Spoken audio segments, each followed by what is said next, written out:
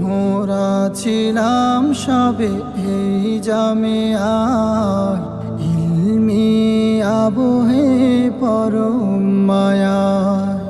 কেটে যেত সারাটি বেলা হাদিসের ঘ্রাণে ঘ্রাণে শীতল ছায়া।